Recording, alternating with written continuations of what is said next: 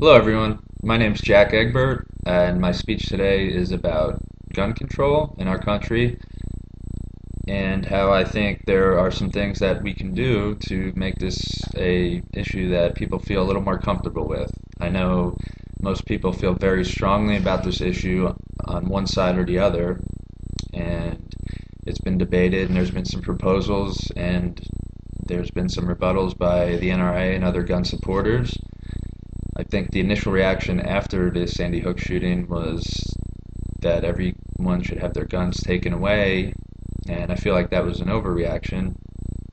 And in response to that, many people argued that our Second Amendment rights needed to be supported and respected, and I just believe that there's a middle ground that we can find on this issue and make some resolutions that both sides can feel a little more comfortable about, and hopefully our country can move towards a policy that will prevent some of these acts from happening in the future.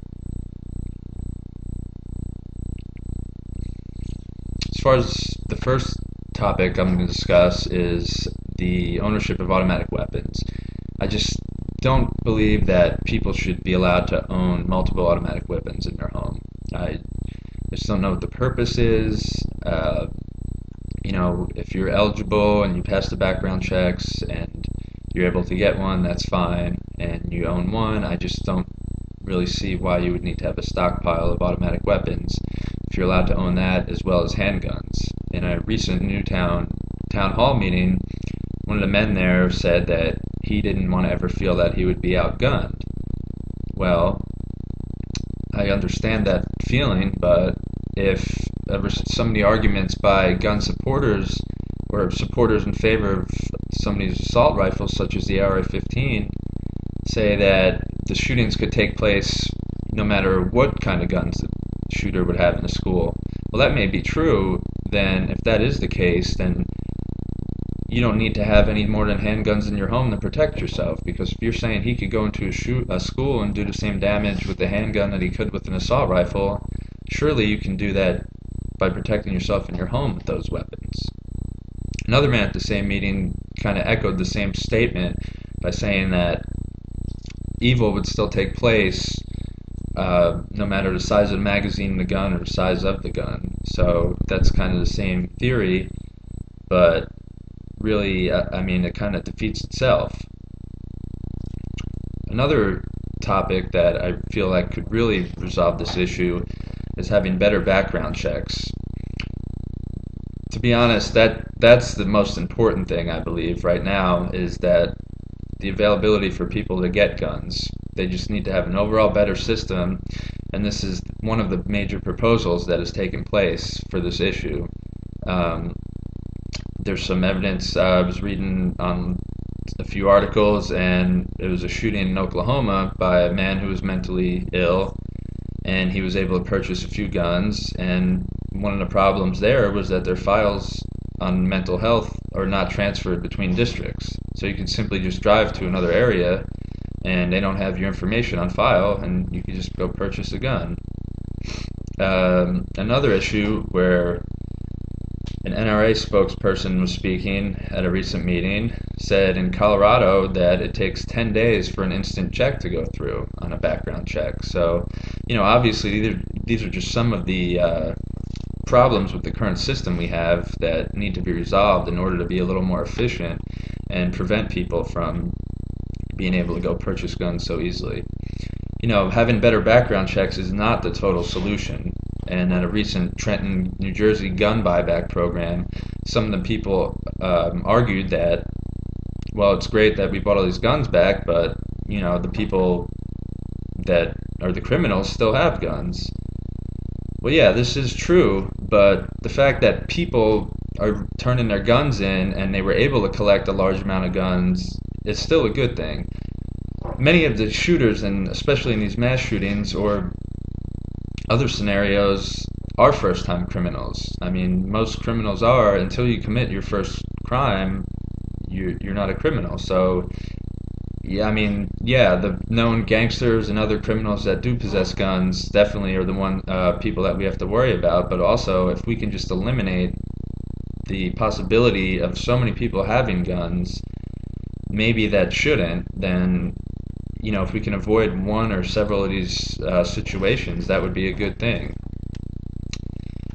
Another issue I kind of feel that doesn't really get talked about that much, but it's become somewhat pertinent to me in my family in the current situation, is carelessness with guns. I think that people should have to be responsible for their guns, and I know several people personally, or have just seen other people with guns who I just am kind of surprised that they own them. And I believe that one of the things that could happen here is gun accidents. And I believe that people, when they have an accident or an accidental shooting, which I've known two people personally that this has happened to, luckily, everyone was okay, but there was no consequence. Both times the police were called, and they just said, okay, it's an accident. Well, that's all good. Accidents do happen. I understand that, but I mean, people should have to care for their guns a little more. I mean, as far as a gun class or some kind of a fine, or really, if it keeps happening, maybe losing your privilege for a little bit. I had an interesting incident here personally with my neighbor who's in the townhouse next to me, where I live with my wife and my 1-year-old son, and we were downstairs and very early in the morning, and we heard a loud bang, and he had come running over where his shotgun had blasted through our ceiling.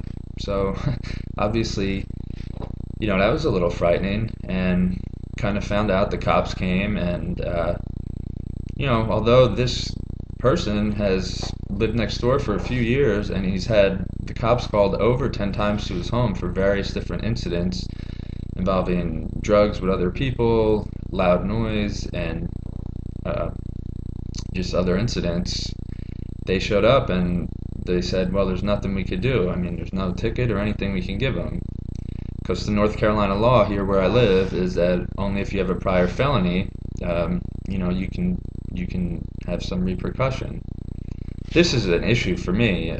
Somebody who exhibits repeatedly that they're not able to care for themselves or care for others around them in society certainly shouldn't be able to, in my mind, to be able to own a gun. And if they do and have an incident like this, then there should be some kind of repercussion. Luckily that for us and our family, we're moving in a week or so we don't have to worry about another incident, hopefully.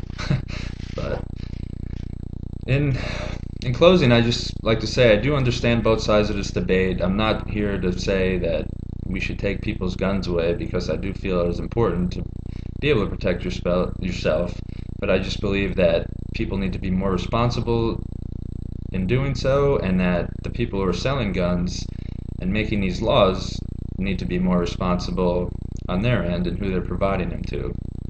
I don't think guns are ever going to go away, and it's always going to be possible for people to obtain guns, but at the end of the day, if there are a few instances, throughout our country where we can stop somebody who had bad intentions from getting one, or take guns away from a person who may not be fit to handle them, then certainly each case that would happen would be worthwhile.